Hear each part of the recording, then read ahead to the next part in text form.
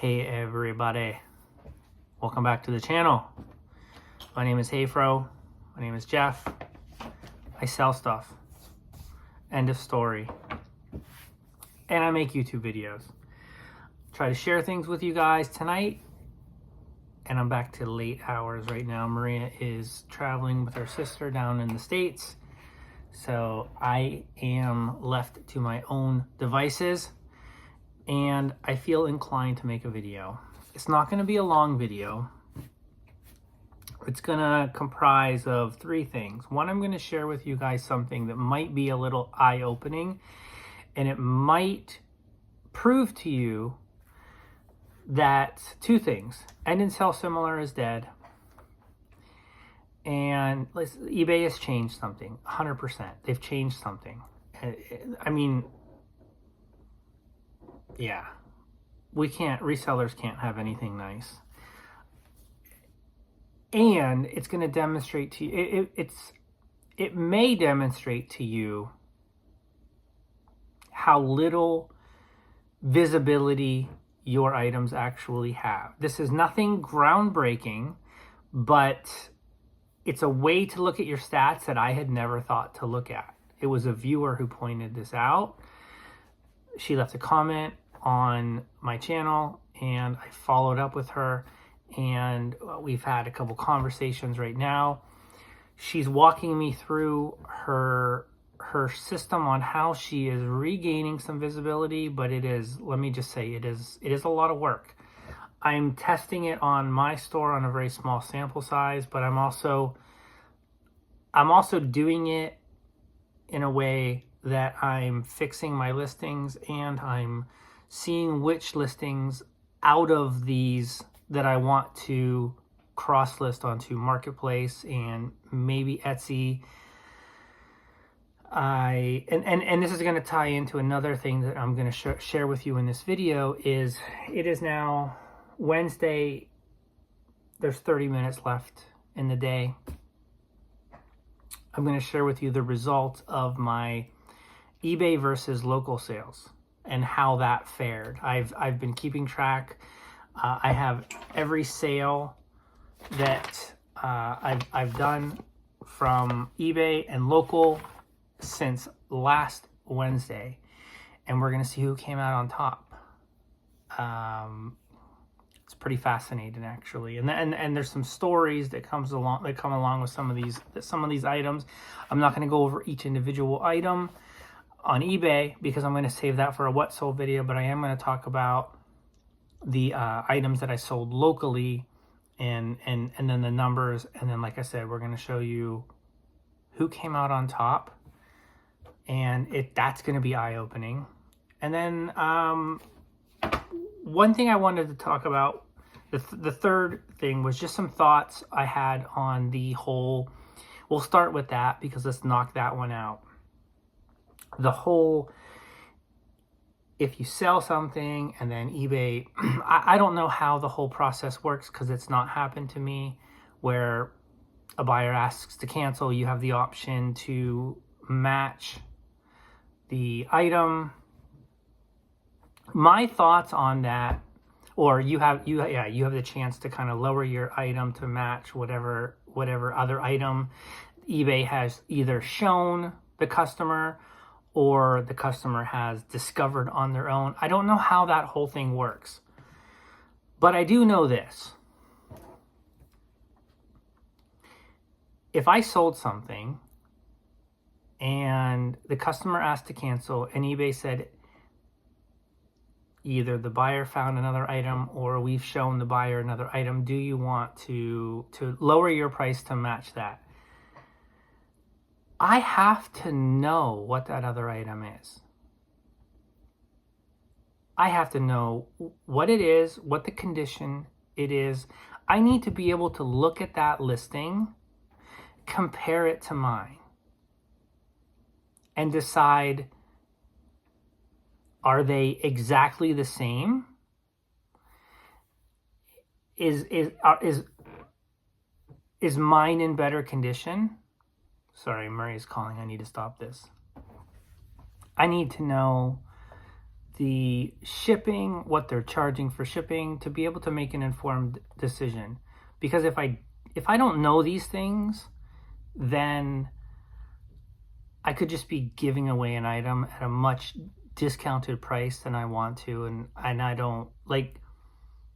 If I'm not presented with this information and this situation occurs to me, unless it's an item that I got dirt cheap and I don't feel like it's going to sell anytime soon, I'm probably just declining that for me. Like, it seems like it's just, I don't have enough information to make a decision. And I feel like buyers can eventually manipulate that whole scenario to where, you know, they buy a really good condition item and then they say they want to cancel because they want to buy something else. Maybe that something else is a much lower condition, either it's comic or just something that's just, regardless of what it is. So, I mean, buyers are going to do whatever they can do to get a better deal, right? Like, literally today, I had a Wizard magazine that was, it was on Maria's store. It was Canadian. It was in Canadian currency, and it was like $9 Canadian, which is like $7, maybe even a little less than $7. And it had $6.50 shipping and handling because it can't go media mail. And the buyer was like, "Can you do free shipping?" and I'm like, "It's $6.50. That's the price of the item. It's almost going to cost me that to ship it." I explained to the guy, and I said, maybe I could do better if you're buying multiple items. He looked, he didn't see anything else. And then I said to him, look, I checked out other listings and mine is the cheapest price. And he's like, yeah, it is a good deal. I'm going to buy it. But he tried. He basically tried to get a 50% discount just by asking. And I can't fault him for that. But I'm also not going to get suckered into doing that either, because at some point it's not worth it. I'd rather keep it and wait for someone else. Okay, now I'm going to walk you through what I was shown, and then I'm going to do it. I'm going to flip the camera around and I'm going to do it so you can see exactly what I'm talking about. It's not anything difficult. It's basically just going to your performance tab and go to traffic. And then from there, you're going to customize your dates. So your start time is going to be yesterday and your end time is going to be yesterday. So you're looking at just the one day of traffic. Sorry. I'm doing it right now. I'm doing it from May 21 to May 21. And then you scroll down and you see your items down there. Now, I've got a ton of items. Now, the person who shared this with me, they have 300 items. So it's easy for them to go through and kind of look, see. Now, the point of this is to see if your items are even getting impressions. Like, forget about page views for right now. And we all know my thoughts on impressions. But at the end of the day, you want to see impressions going up because that gives you a better chance of page views. Now, I shared this with a fellow reseller. They don't have a YouTube channel, but they're in the community, and they had just done a reset yesterday. Now, we all know with what we have learned, let me just figure out how to say this. We all have this expectations that when we do a reset or end and sell similar our entire store, that historically it has given us a boost. It has given us a boost in impressions, it has given us a boost in page views, and it has given us a boost in sales, which is the most important of the three.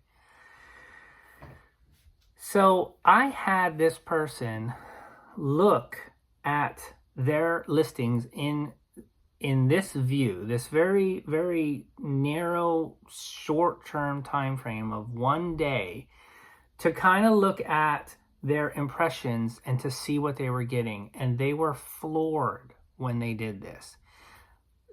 They could not believe the amount of the items in their store, and they have a small store as well. I'll just say under 300. The amount of listings that had no impressions whatsoever. None. Zero. Zilch. Or very, very few. And we all know if you've got less than 50 impressions on an item, that item is basically not visible to anybody. So I'm gonna flip this around, and I'm gonna show you guys exactly what I'm talking about, and then we're gonna come back. Okay, so go to your seller hub, and then you go to performance traffic, and then all you do is you select your start time. So when you watch this video, it's going to be the 23rd, so you're going to select the 22nd, but it is now the 22nd. So we're going to do the 21st, May 21st to May 21st. You're going to do May 22nd to May 22nd. And then you're going to scroll down to here. And you're going to start to look at your impressions. And you're going to start to observe, and you're going to easily see which, whether they're increasing or decreasing, and you're going to see like which ones have zero, which ones have very few. It's pretty eye-opening. I found it very eye-opening how few impressions our items are actually getting, because again, in an impression, and you can look at page views, our items are just not being shown. At least my items are not being shown. So, all right, I'm going to flip this back around because I want to ask you guys to do something here. Okay, so I want you guys to go ahead and do that. And then report back. Are your items,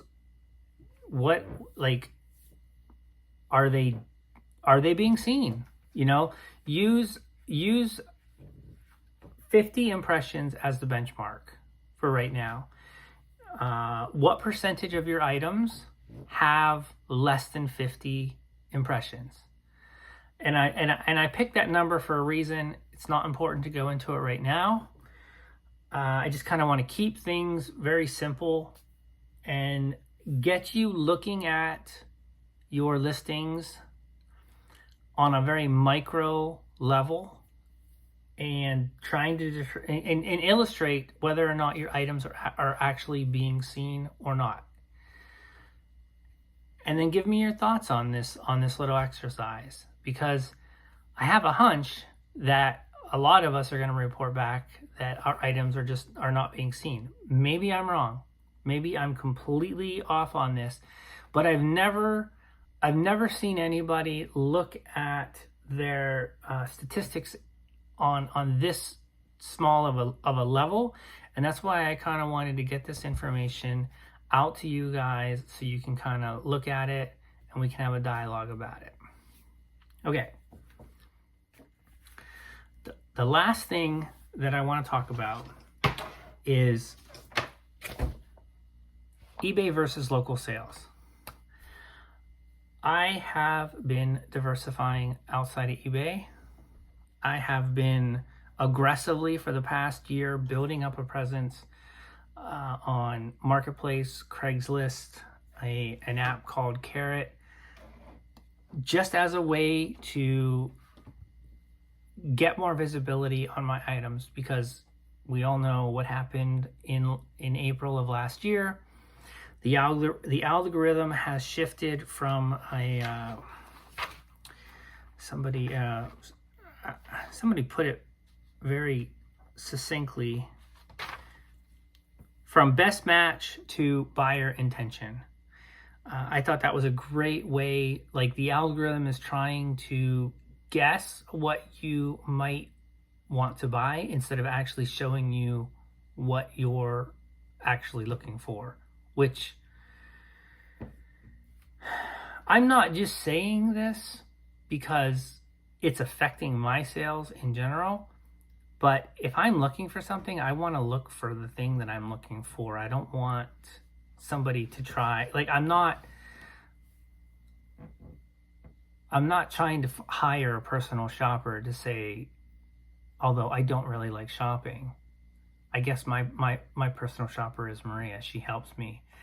But at the same time, I don't want some unnamed algorithm trying to suggest to me what they think I'm going to want to buy. Because I'm going to feel that they have hidden alternative motives to try to sell me on something. Like I feel like they're trying to get me to buy something because it's gonna benefit them in a way. It's not like it's personalized. It's not like they have my best interest in mind. But anyhow, I digress. That is not what this video is about. This is just purely facts and observations, facts and my experience of what I've been noticing. Okay, so started this on. So I'm going to throw out some numbers. You don't have to keep track because I've added them all up. And we'll see who wins. So 5/16, I had $83 in sales on eBay. I had $40 sales on local. I sold some Harry Potter. I sold like a magazine, a wand. So basically I had this Harry Potter lot where I had a whole bunch of different kind of, it had some books and this particular person locally only wanted a couple of them. I was more than willing to break them up. That was on eBay. That was the $30 sale. And then I sold some dog diapers of all things. During COVID, I was trying to buy more things that people needed. And when Maria and I were going through what we were going through with our dog, I learned that dog diapers are pretty dang expensive. And, I buy them whenever I see them super cheap because I know what they're worth and I know people are going to need them. So that was $10. The Harry Potter was on eBay, took that down. The dog diapers never made it to eBay because they're more of a local thing. 5/17, I had $198 on eBay and I had $170 local. I sold a poster. It's weird. I sold a poster. I sold some comics that I had taken down from eBay. Some Spawn comics, actually. I can't remember if I shared this story, but I had 5 comics on eBay, Spawn.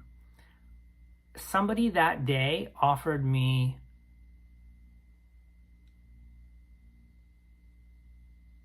$30. That's right, $30 for the entire lot.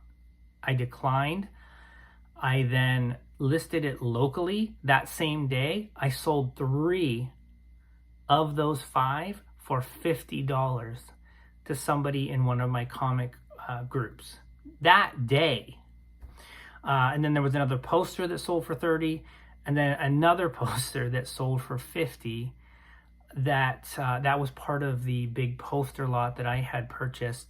All of that stuff, all of that $170 that I sold was on eBay that I had taken down. 5/18, I had a zero day on eBay, and I sold $20 local. I sold like an extension cord that I was just cleaning out of my basement, and I sold a phone that it was for my brother-in-law. It was a brand new phone, but it was like a cordless phone. Who uses cordless phones anymore? I just wanted it gone. So I had $20 in sales that day, all local. 5/19, I did 300 on eBay. None local. That was nuts.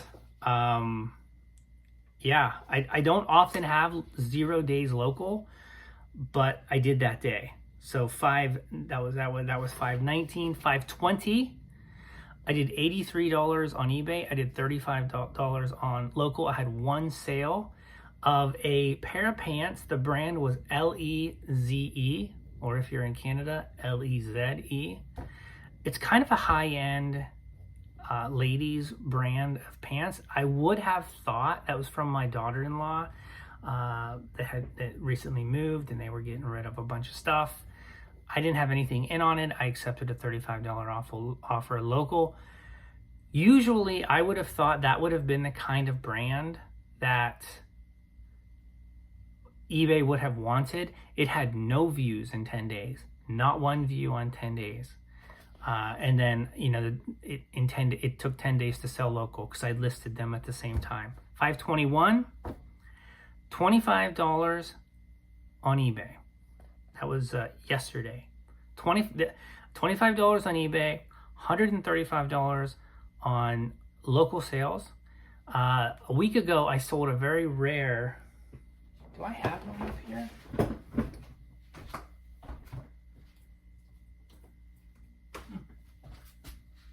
Here it is. This is it's a hip hop homage Wolverine cover, all new Wolverine. This is the female Wolverine.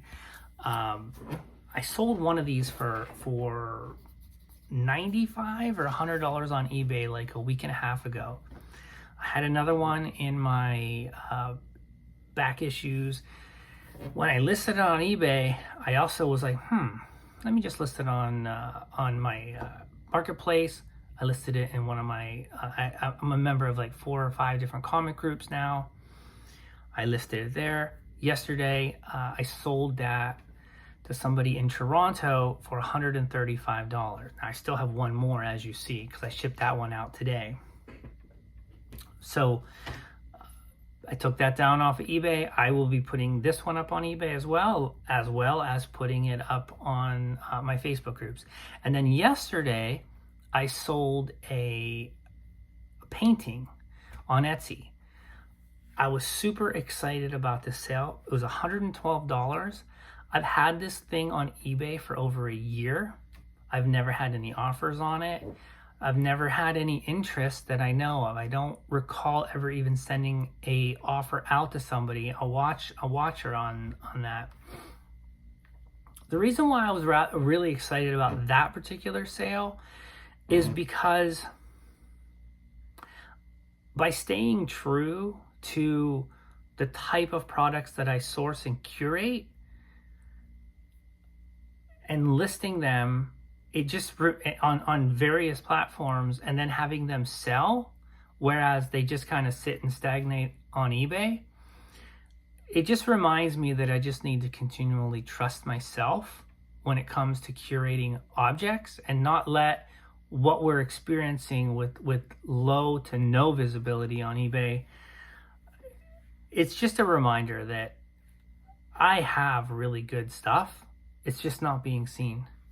And then today, as of now, with 8 minutes to go, I have that $7 magazine sale that I had mentioned earlier, where the guy tried to lowball me. Let me just check. Let me just check and see if I have any other sales. I like to keep my my sound muted. I don't like to hear the ka-ching like a lot of people do. Yeah, a $7 sale. I have $50 in local sales today.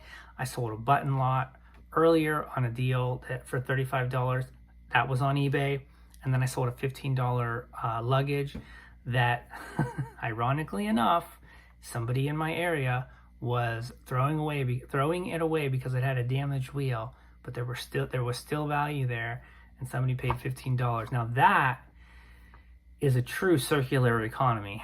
I think that was the word that Jamie used on the conference call. I could be wrong, but I find a lot of joy and satisfaction in rescuing things from the garbage that someone else can use and preventing that person from going out and buying something from retail, and just using the items that we have here and, you know, giving the economy, the environment a little bit of a break. So all of those told, In the last 7 days, I did $696 on eBay. I did $450 local, and I did $112 on Etsy. So, I can't even read my own. So eBay $696, local and Etsy combined for $562. Now, out of that $562, $517 of that was on eBay, that I took down from eBay, that eBay missed out on those sales. They will never have those sales again. That's a significant chunk. So yes, eBay won the, if we're looking at the strict dollar figure, 696 to 562, and I'm lumping Etsy in with local. But even still, eBay 696, local 450. I have over 8,000 listings on eBay. I have about 1,000 local. So yes, eBay won, but they should have won. Not only should they have won, they should have 8 times the value, which they didn't even come close. So I'm just glad I'm diversifying, because what can I say? What can I say? I mean, I don't even, the facts can speak for themselves. So I think what I'm going to do is maybe in 3 or 4 weeks, I'll do this exercise again. I'm not gonna keep tabs of it every week in terms of like comparing them like that, and kind of writing the notes and seeing, which ones I could have taken, which ones I took down off of eBay. But it will be interesting to see month over month, just taking one random week and seeing which one outperforms the other one, and seeing if there's a week where local overtakes eBay. I do believe the more I build up local, that is going to happen. And I think it's just a matter of time. The one last thing that a thought that I had the other day is about YouTubers, about fellow YouTube resellers, giving advice or suggesting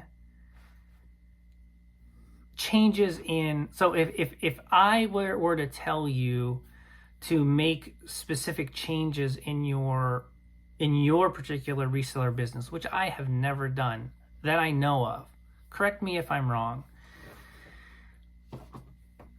I don't think it's a good idea.